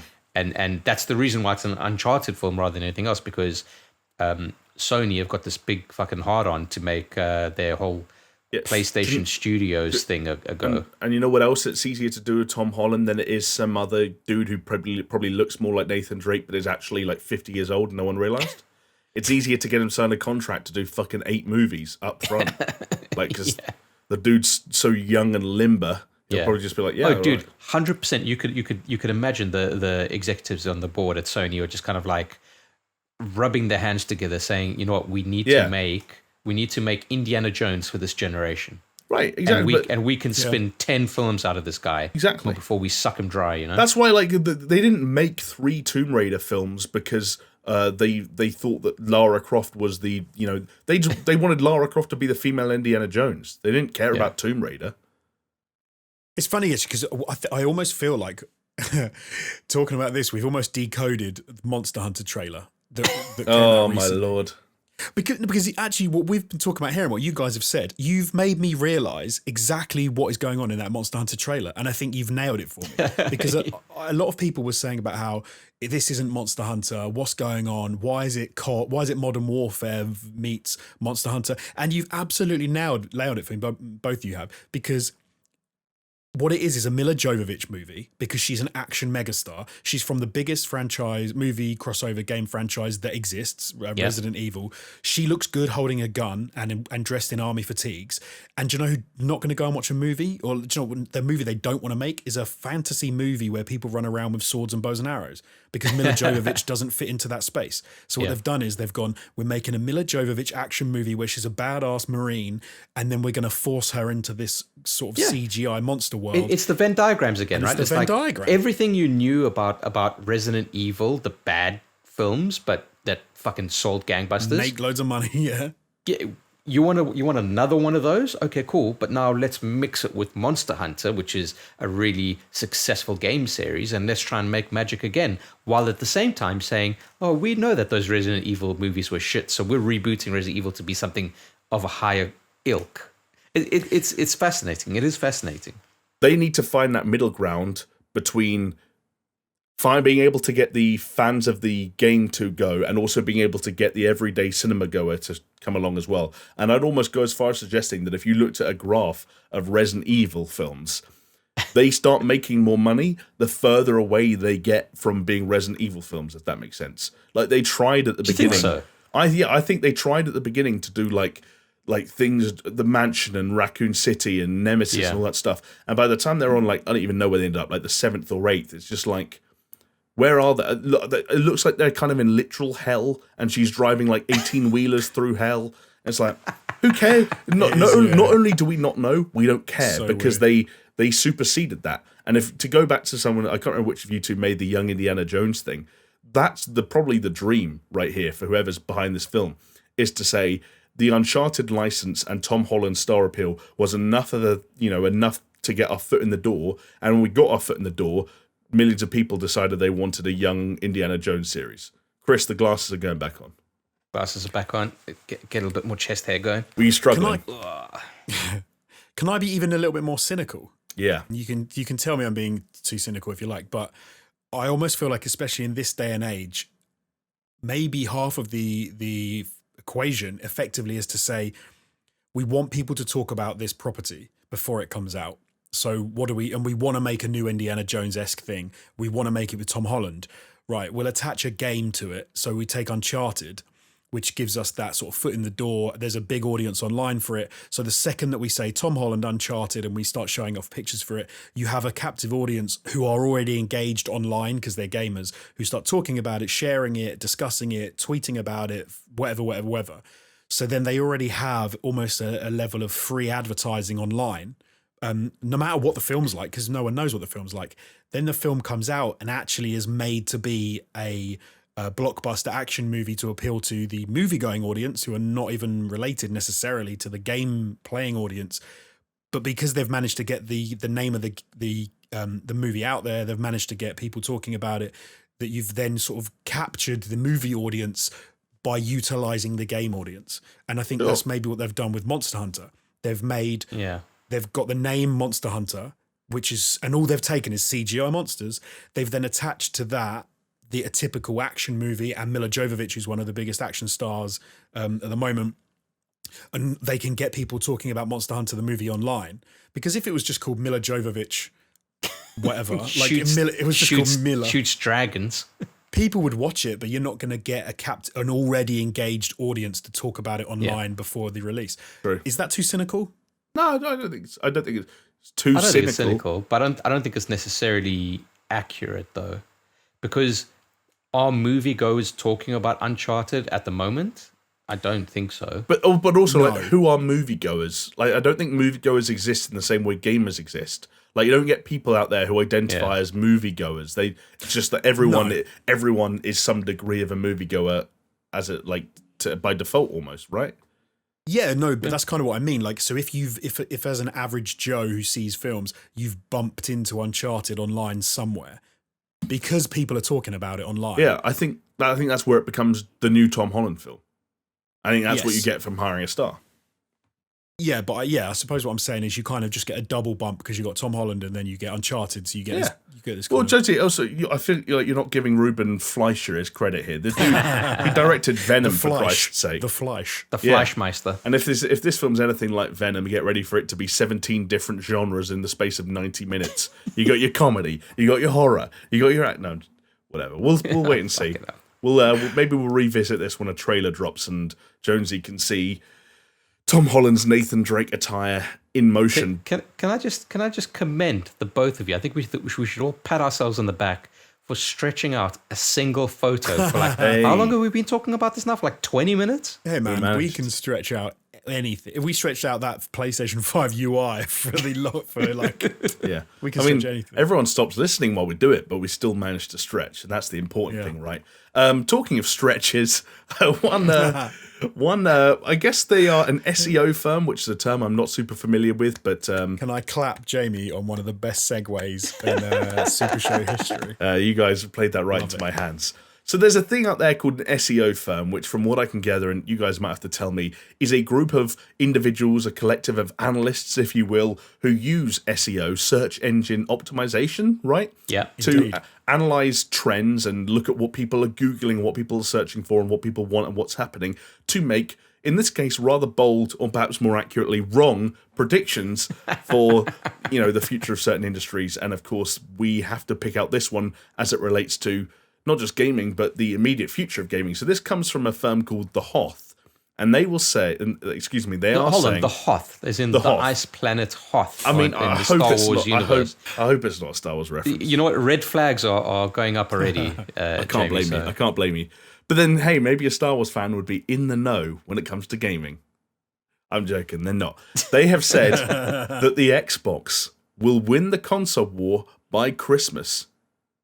In fact, let me be more specific. By Christmas? Let me be even more specific. I think they mean they'll win the console war to Christmas. I don't think they mean... Do you want a more accurate prediction? The Xbox Series X will double the sales of the PlayStation 5 by Christmas. The Series X, no less, will double the sales. Yeah, if they'd said the Series S or maybe both of them together, I might understand it, but still wouldn't put my money on it.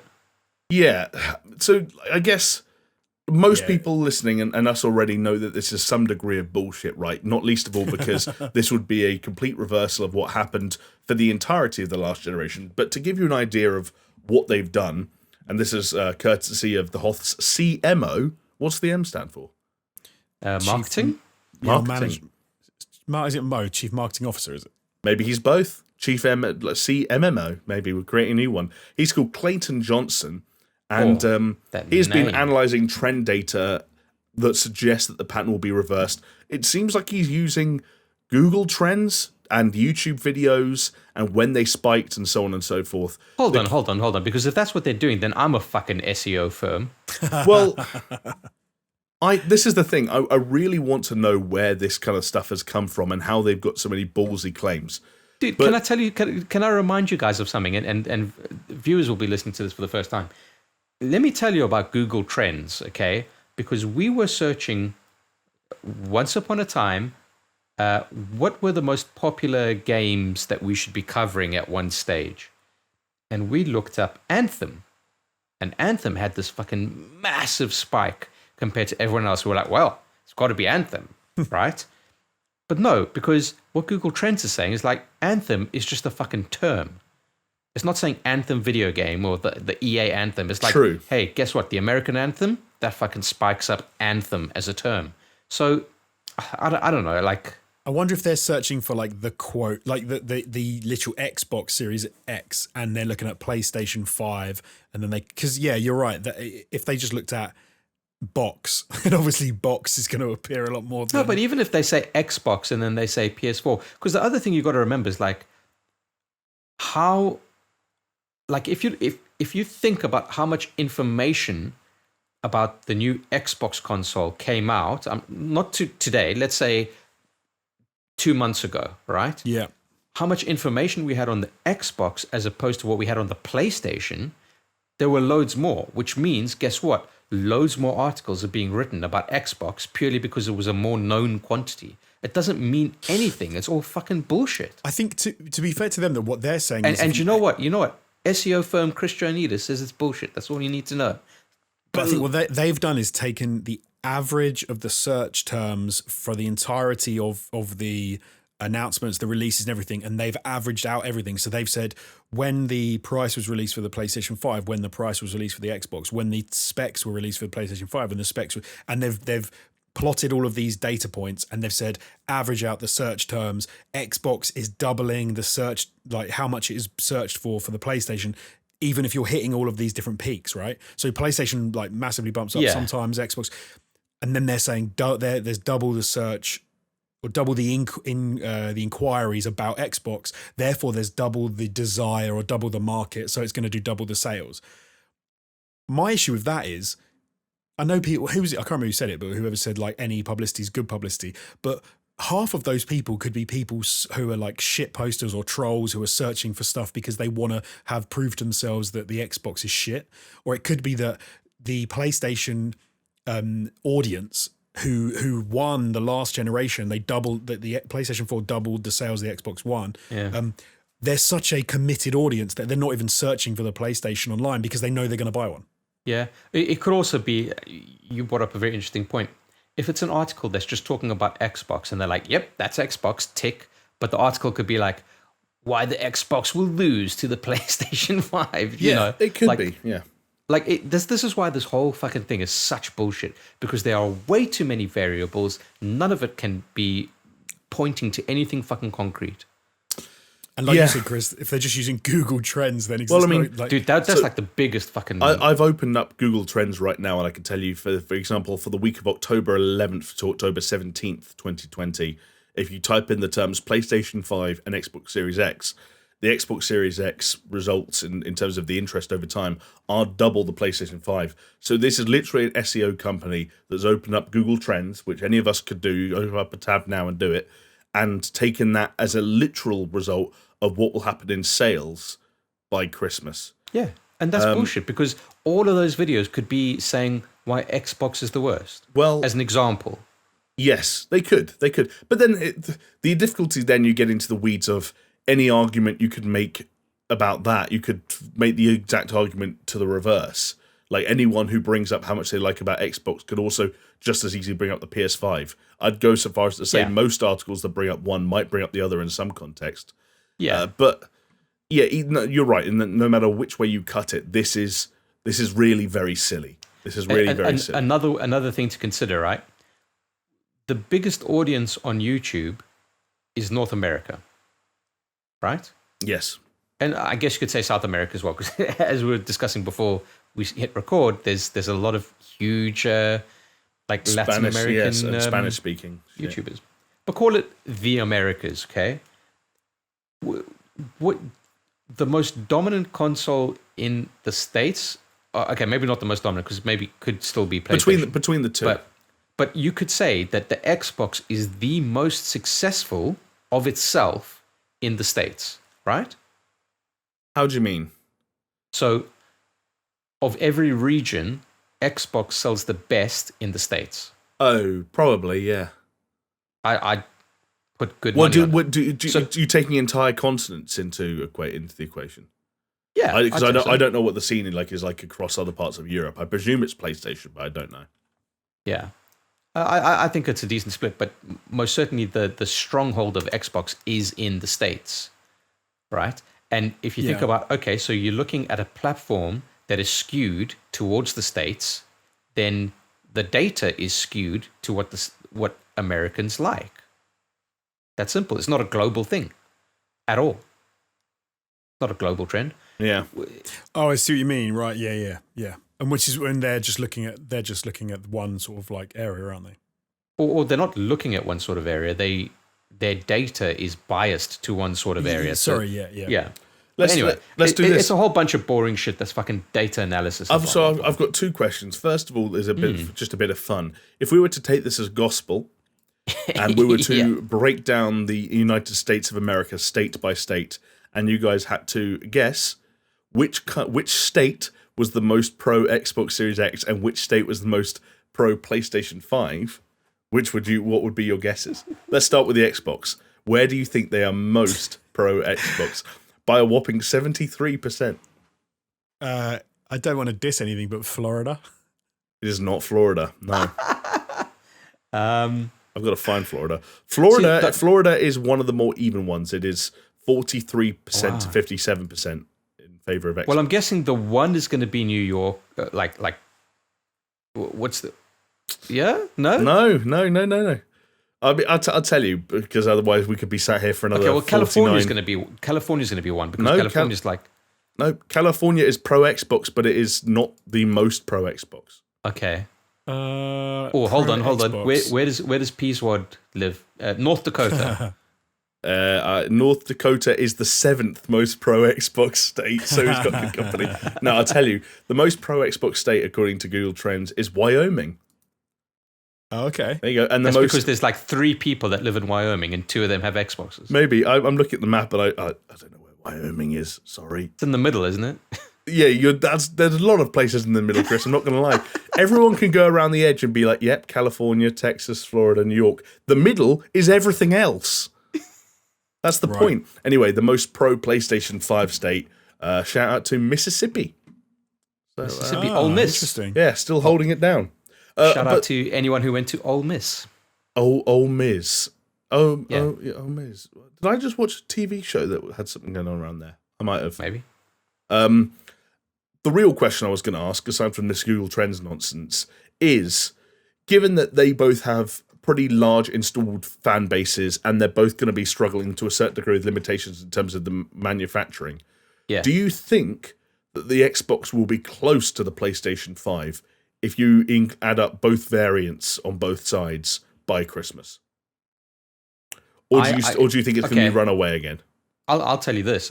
I think both companies will sell out all of their allotments by Christmas. So what does that mean? It means whoever's manufactured however many, right? Yeah, means who's made more. Do you honestly think that any of these companies will have surplus stock? I don't think so. By Christmas, I don't think so. Around Christmas time, most likely not. Maybe in certain regions. I don't think you'll be able to walk into a gaming store on Christmas Eve and pick a PlayStation 5 up off the shelf. No. Yeah. I think they'll sell their shipment, their first shipment orders outright, both of them, and then it's like, okay, so if that's the case, then who manufactured more? And then that's the winner. So that. It's interesting though, because there's a weird one, because I think I could see a situation whereby the Xbox Series S and X outsell the PlayStation 5 by the end of the year combined, because of price point and because of scarcity. And I wouldn't be that surprised if Microsoft have had edged it on total numbers, especially manufacturing, including the S. And then you get to, just before Christmas, and you start to get people worried that they're not going to be able to get the Xbox or the PlayStation 5. And so you end up with people buying the S as not as a stopgap, but as like a very, very good alternative. Yeah. That's a good point as well, yeah. And Microsoft are like, well, it's cheaper to produce, so we produce more units of it. Like, I wouldn't be surprised if that came out. But this story was specifically about a doubling in the sales of the Xbox Series X, which I think is ludicrous. So I could see them being equal if you join together the X and the S. But and again, the PlayStation 5, are they manufacturing 2 times the amounts?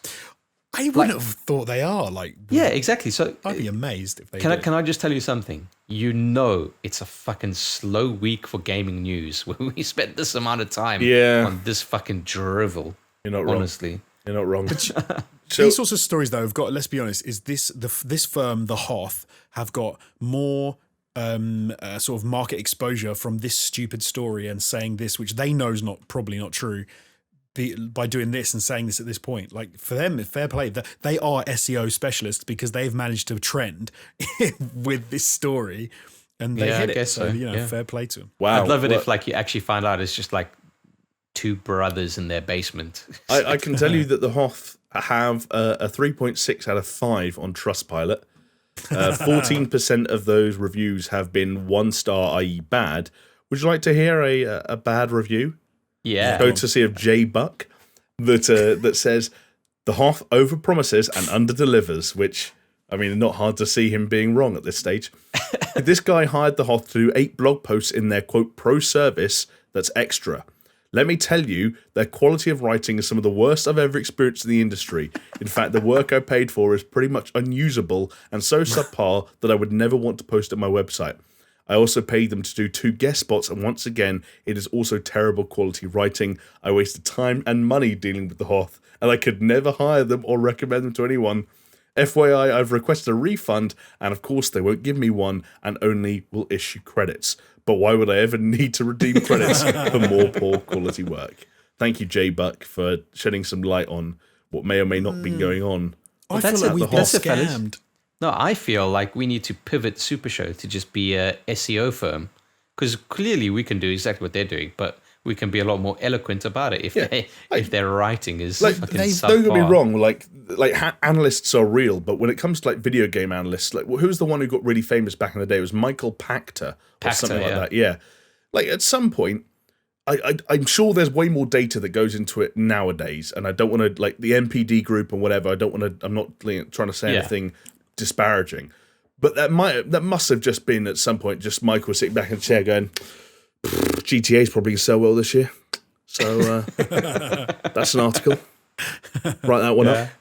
I'll always remember Michael Pachter from, I mean, I don't even know if he's still going, probably, but he always used to report on Nintendo stuff, and it was always like, oh, Nintendo's going to sink, the stock is going to sink, and then like let's say an announcement of a new Mario game would come on and be like, you know what, I think Nintendo are going to turn it around. It's like, fucking shit.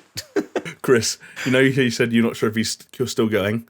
Decided to look him up on Wikipedia. The last entry in his Wikipedia, on October 15th, 2016, Pachter referred to the former Nintendo president, Satoru Iwata, as the late and not so great in episode 41 of his series Hackter Factor on YouTube, which was criticised by the gaming community. Pachter later apologised on Twitter for speaking ill of the dead. That's the end, and that's the end of his. That's the end of his entire Wikipedia. Well, what a legacy! But you know what the thing is, like, wow, man, he's even wrong. Satoru Iwata was great. I know, he did good things. I watched a Satoru Iwata video, like a tribute video, the day after he died, and I cried before work started. I was sat in the office. Yeah. Like that doesn't even make sense, because he is wrong about that. But how can he be wrong? Because the guy's dead at that point, so it's not like he can do anything else. Oh, see, he did a Google trend, Satoru Iwata against every other ghost, and every other ghost won. So, oh my, okay. Can I just mention, actually? I know we talked about it earlier, and I forgot to mention, but I watched some live streams of Phantomawasia or whatever it's called. And, Phantom of the Opera. Please, yeah, no. What did you make of it? Of what? No, he's talking Phasmagoria. Phasmophobia. Fantastic Mr. Foxophobia. Phantasmagoria. Whatever it's called. And I was like, okay, I don't really see what everyone's going mental about in this game, but there was a few things I was like, okay, I'm going to shit myself if we do this for Halloween. I was like, I'm in. I thought it would be funny. Yeah. Because it's actually like a scary, freaky... Sorry, I thought that because you said... Dude, I've purposefully been staying away from any kind of stuff about it because I want to go in virgin. I want to go in dry. So I haven't ruined anything for myself. I just wanted to get a feel for what it is, and I was like, "This is horrible. I don't want to play it, but I'm in." So the big question is, whose stream is going to be on? Who's going to be the one in charge? I'm trick or treating that night, so. Yeah. Yeah. I don't know. We'll have to. We can talk about it off stream. I don't know, but we'll. We also got to figure out a way that we can share it with ourselves without any latency, because the last thing we want to do is have Jamie play the game, us watching it. It's Jamie jumps and then. Oh, it's a co-op. Chris? Okay. Yeah. All right. Cool. All right. Well, how about we move on to a news story that's not quite so nonsensical and silly? And Chris? Stupid. And stupid. Well, maybe still a little bit stupid. I don't know. You're about to tell us. I'm going to actually hand over this to you, Chris, because you're going to know a little bit more about it than I will.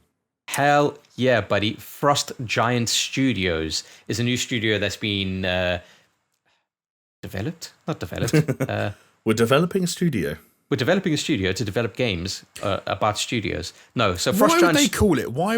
Why would they call it that, given Marvel and Thor? Why Frost Giant? Yeah, that's a weird... Yeah. Hold on, why are you going to Marvel and Thor and not just like...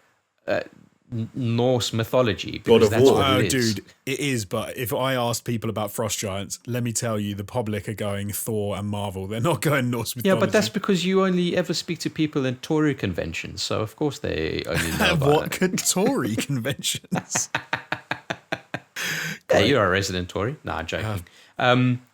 But name aside, anyway, what's interesting about the studio being founded is it's made up of a team of ex-Blizzard RTS developers, people kind of responsible for StarCraft 2. StarCraft 2 recently has stopped all paid updates. So the only updates that are going to be coming out are very sporadic and only really catering to balance updates, and that's it. So technically, Blizzard have an RTS team that is dormant.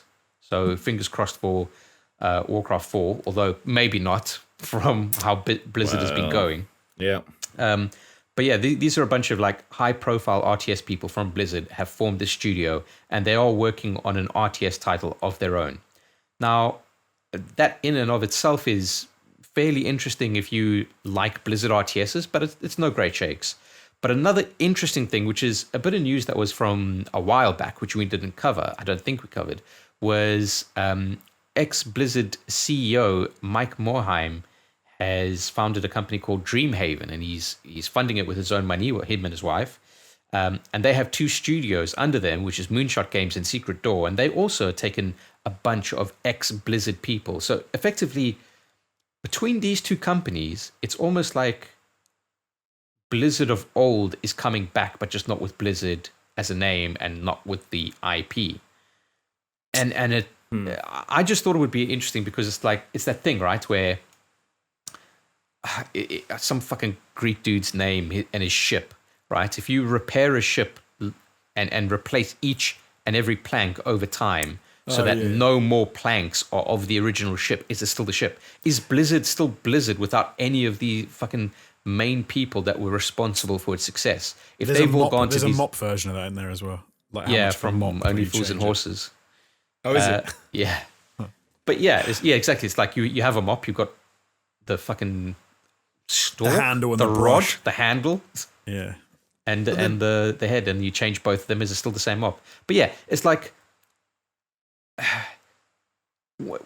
Blizzard. I don't know. Blizzard is just like this is the opposite, because this is saying you have no mop, and then someone gives you a mop handle because they've just swapped out their mop handle, and then they give you the brush, and then you take the brush and screw on the mop handle, and you're like, I've now got your mop. And they're like, no, oh, I've got your brush. Like, no, my brush is over here. And you're like, yeah, but that's the old one. I've got the original one over here that I've just put back together. It's just this like weird thing that it's like, so the reason why I brought it up is because a lot of people are super excited for these two studios, because like if Dreamhaven makes the next big MMO, and if Frost Giant makes the next big RTS, although these days big RTS doesn't fucking mean anything because no one's really playing RTS games anymore.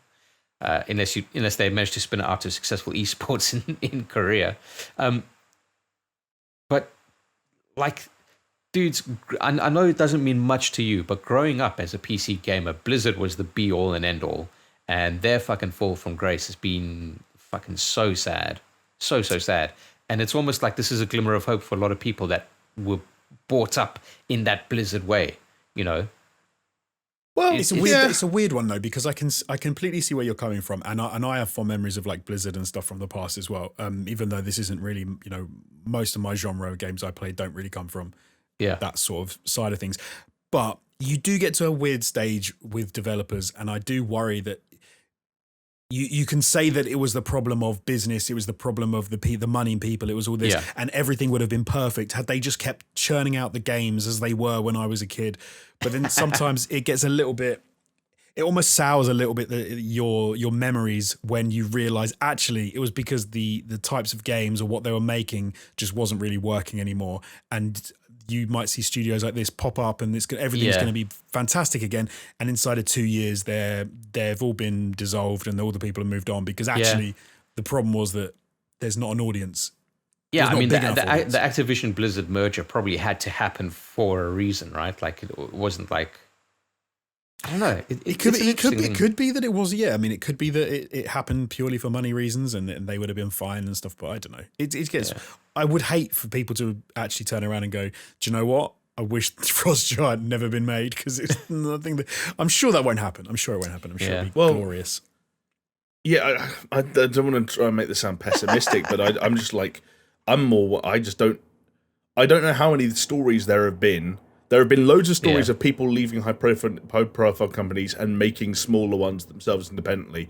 How many stories have there been where the end of them has resulted in them getting back to that level or, like, you know, scratching that itch that they used to? I don't know how, whether it's Dreamhaven or Frost Giant, I don't know how we get anything other than, like reasonably good independent RTSs out of this, like indie RTS games. I think probably not from Frost Giant, but I think Dreamhaven has a much higher level chance of success. Leslie Benzies left the biggest open world action game makers of all time and secured like 100 million in funding for his next open world game. It's like I'm not sat here. Like, was it called like? It's literally called like World or Open or like Life or some like a generic thing like that. Everything or something. Everything was a different game. Is it Everything? No, you're thinking of David O'Reilly's Everything or something. Yeah. Was it? No, but it was something like that. Though. It is called something like Everything. It's called, what the fuck's it called? Everywhere. But like, to look at that and say like, well, Build a Rocket Boy are going to be the next Rockstar. That's the name of his company, by the way. Yeah. I'm like, okay. No. But that's often the problem, isn't it? Like a company, a developer, whoever it is, and like we've seen some of this with what we do, but there's a moment in time when stuff just works and you get into like that and whatever. Boys, I've just realised. What? This is exactly what we are. Yeah, I was just going to say that's ATG in a nutshell. But we're not. I don't think we are because we are basically the same people. Jonesy, we were a flash in the pan, my friend. And now we're just a candle in the wind.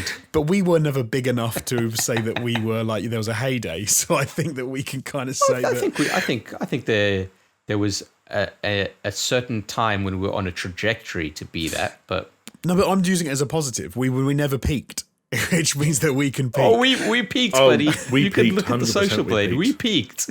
100% we peaked. We might have peaked too early or too low. Yeah. More people watched Alexandra Ocasio-Cortez play Among Us than ever subscribed to All Time Gaming in 4 years of content creation. Hey, she's a friggin' representative. People know who she is, right? Yeah, I'm a representative. We are three gamers. I'm a representative 3 white of the male gamers. Okay, so dick community. But I'm hopeful for Frost Giant. I think they, whatever, it could be good. It could be great as long as it maintains a level, I suppose. But then because if they were trying to go like the Leslie Benzies way of going like, oh, everywhere it's going to be equal to GTA. I mean, it's obviously never going to happen. Like you can't recapture that because you are one element of a team that created something in a moment in time that has gone on for bigger and better things. You can't just do that again. But if these guys at Frost Giant are saying, hey, we don't want to be Blizzard again. We just want to make RTS games that are good and people enjoy them. Then hey, they can achieve that, and I think that's achievable. Yeah, but there's already a studio, Petroglyph, that is essentially that from what were they, former Westwood Studios devs? Right. Oh. And they were actually responsible for the Command & Conquer remaster. But I guess like RTS as a genre is a very interesting one because if Frost Giant come out and they make a AAA RTS, right, they're not competing with anyone because there's no AAA RTSs. But maybe there's a reason. StarCraft 2 was the last one. Maybe there's a reason for that. Maybe games have moved on a lot, I think. But then, I always think that RTS is a genre that is always destined for being reimagined because you should be able to do so much with it. Like well, it has kind of been like if you look at They Are Billions and stuff, that's the reimagining of it, but it hasn't really hit. Is Age of Empires 4 still a thing? Yes, that's coming out. So so that'll be the next AAA. Yeah. It feels like otherwise it's like things either went the MOBA route or the kind of tactical XCOM route, right? Like totally, yeah. But it feels they could do more and reinvent what that sort of genre is. I've always wondered, like RTS for me. I know we already talked about it, and I know it's not a big market at the moment, but as you go harder into VR and AR, for example, RTS has a great sort of mix with that because you want to make the most of like augmented reality, right? I've got a fixed amount of space. Oh, look, I can build units and I can have this, and it's all in 3 dimensions, and I can see it right in front of me. Like, dude, that would be so sick. But you know what?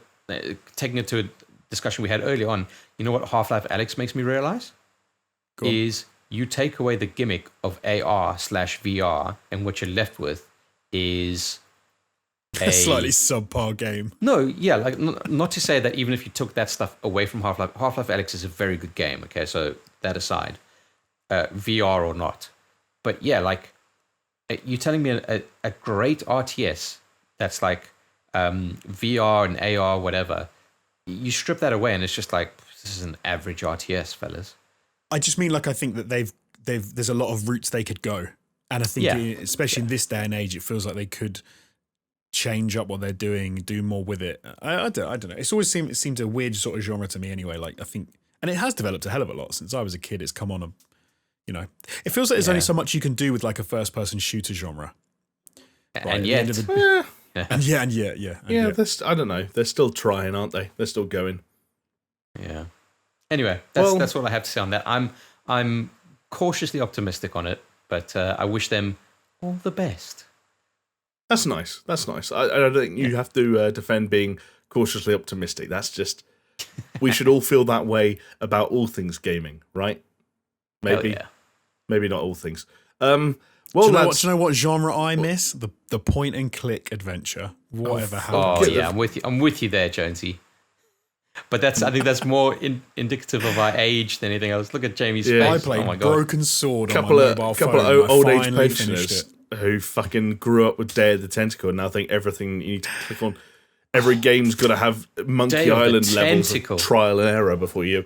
Oh, you mean I have to wrap the rubber band around the cactus to throw the bowling ball at the mansion? Why didn't you say so?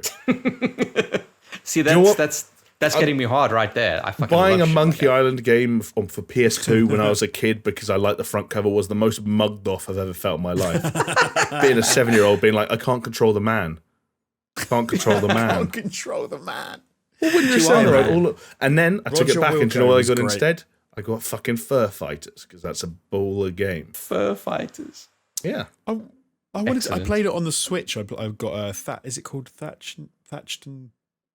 Oh my god! I can't Thimbleweed. Yeah. Thimbleweed Park. That was wicked. Actually, that was enjoyable. That was a good game. Yeah. I should probably play something on my Switch. He says as he's put 3 hours into 3D Mario All Stars after buying the price to go. I feel like that console should be more of a part of my life than it is, but there we go. I feel exactly the same way, dude. Chris, I think any console should be more of a part of your life than it is, but that's just me. I'm still looking. One day I'm going to come back and I'm going to be like, guys, it's going to be a whole fucking episode just on the games that I played. Really? So you're saying you spent 10 months unemployed waiting for that episode? I don't know. Yeah, I'm accumulating it all. I'm coming here each week, and I'm lying. I've actually just played shitloads of games. I'd love that, to be honest. If this was all building up to the big bait and switch. Well, yeah. I'll be honest. We kind of exhausted all our shitty news stories, didn't we? We kind of, I think we've done a fucking bang up job of talking as much shit as possible. Maybe got a bit saggy in the middle there, but you know what? I think that's the thing. Like, I think we should commend ourselves for that one. How do any of these ever hit 2 hours? I'm looking at the clock now. I don't know what it is exactly because Jonesy had to stop his washing machine in the middle of the recording. Don't tell them that. People like peeking behind the curtains. No, listen, you don't want to see how the sausage is made, okay? You just want to eat the sausage. Everyone wants to see how the sausage is made. Everyone. Because it's a cleanly made sausage, all right? We're proper farm to factory goodness or whatever. If the Super Show, if our trio were a sausage, what would it be? Cumberland? No, it wouldn't be a Butterwurst. Wait, hang on. What was that accent? Do that again. A butter. I wasn't an accent. I was trying to say, isn't it a butterwurst? Boerewors. Is it boerewurst? Boerewurst. Boerewors. There's no boerewors. You said there you go. A boerewors. Boerewors. Boerewors is not a bad shot, actually. I got. Is that some South African shit? Hell yeah! Do you have that at a braai, Chris? I'll tell you what. The next time you guys are able to come here, I will make you some. Put me in your bubble. I'm there. You've never left my bubble, Jamie. This is the thing that you don't realize. Bubbles are so weird. You're always in my bubble, Betty. I don't like that. We're ending this. All right. Anyone got any closing thoughts? I'm some kind of bubble boy. What's the code word? Jesus, what is the code word? What did we laugh at? Oh, hold on. Tit check. Okay, yeah, we could do the tit. We could do the tit check angle. Everyone, remember to get your tit checks in the chat. I've been watching so many streams and Twitch compilations and Twitch streams and shit like that lately that I keep referring to chat as like an entity. An entity that's just there. Like, yeah, everyone get your tit checks in the chat, which doesn't really work for YouTube. But hey, get your tit checks in the chat, right? Indeed. And with that, unless either of you two have any other closing thoughts, we're probably signing off. No. Yeah, cool. Good. All right. Well, I'll say it. Shall I do the bit where I say goodbye to everyone? Yep. I mean, yeah, take your time, but it's not like I got to go to bed or anything. I want to stretch out as long as I can. Everyone, thank you so much for watching. Thank you so much for listening, no matter what you did. Remember to like the video if you're watching on YouTube. Remember to rate the podcast 5 stars if maybe you're listening to it on iTunes or Spotify or any of those podcasting platforms of your choice. We've been The Super Show. Thank you so much for bearing with us through just shy of 2 hours of really shit news. And we'll see you all, hopefully, on the next one. See ya.